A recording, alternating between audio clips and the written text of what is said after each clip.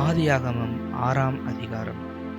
மனுஷர் பூமியின் மேல் பெருகத் துவக்கி அவர்களுக்கு குமாரத்திகள் பிறந்தபோது தேவகுமாரர் மனுஷகுமாரத்திகளை அதிக சௌந்தரியம் உள்ளவர்கள் என்று கண்டு அவர்களுக்குள்ளே தங்களுக்கு பெண்களை தெரிந்து கொண்டார்கள். அப்பொழுது கர்த்தர், என் ஆவி என்றைக்கும் மனுஷனோடே போராடுவதில்லை, அவன் மாம்சந்தானே, அவன் இருக்கப் போகிற நாட்கள் 120 வருஷம் என்றார். அந்நாட்களில் ராட்சதர் பூமியிலே இருந்தார்கள். பின்பு தேவகுமாரர் மனுஷகுமாரத்திகளோடே கூடுகிறதினால் இவர்கள் அவர்களுக்கு பிள்ளைகளை பெற்றபோது இவர்களும் பூர்வத்தில் பேர் பெற்ற மனுஷராகிய பலவான்களானார்கள். மனுஷனுடைய அக்கிரமம் பூமியிலே பெருகினது என்றும் அவன் இருதயத்து நினைவுகளின் தோற்றமெல்லாம் நித்தமும் பொல்லாததே என்றும் கர்த்தர் கண்டு தாம் பூமியிலே மனுஷனை உண்டாக்கினதற்காக கர்த்தர் மனஸ்தாபப்பட்டார்.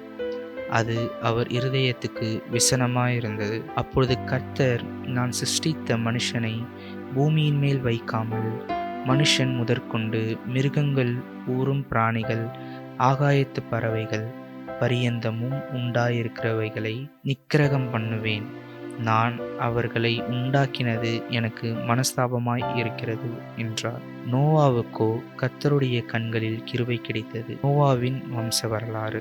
நோவா தன் காலத்தில் இருந்தவர்களுக்குள்ளே நீதிமானும் உத்தமனுமாய் இருந்தான்.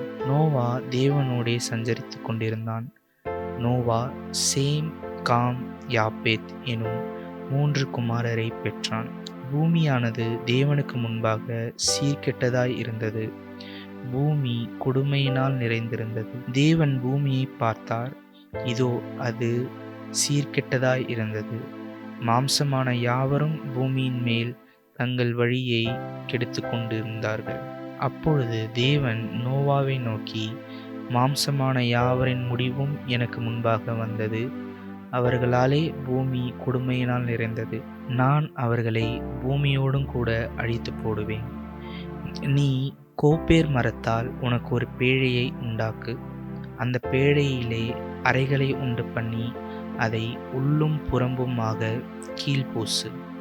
நீ அதை பண்ண வேண்டிய விதம் என்னவென்றால், பேழையின் நீளம் 300 முழமும் அதன் அகலம் 50 முழமும் அதன் உயரம் 30 முழமுமாயிருக்க வேண்டும்.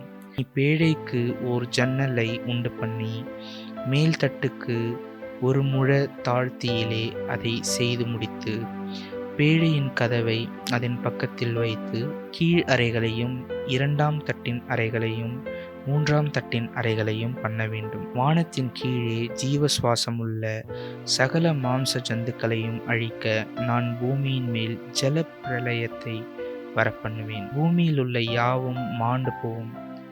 ஆனாலும் உன்னோடே என் உடன்படிக்கையை ஏற்படுத்துவேன். நீயும் உன்னோடே கூட உன் குமாரரும் உன் மனைவியும் உன் குமாரரின் மனைவிகளும் பேழைக்குள் பிரவேசியுங்கள். சகலவித மாம்சமான ஜீவன்களிலும் ஆணும் பெண்ணுமாக வகை ஒன்றுக்கு ஒவ்வொரு ஜோடு உன்னுடன் உயிரோடே காக்கப்படுவதற்கு பேழைக்குள்ளே சேர்த்துக்கொள்.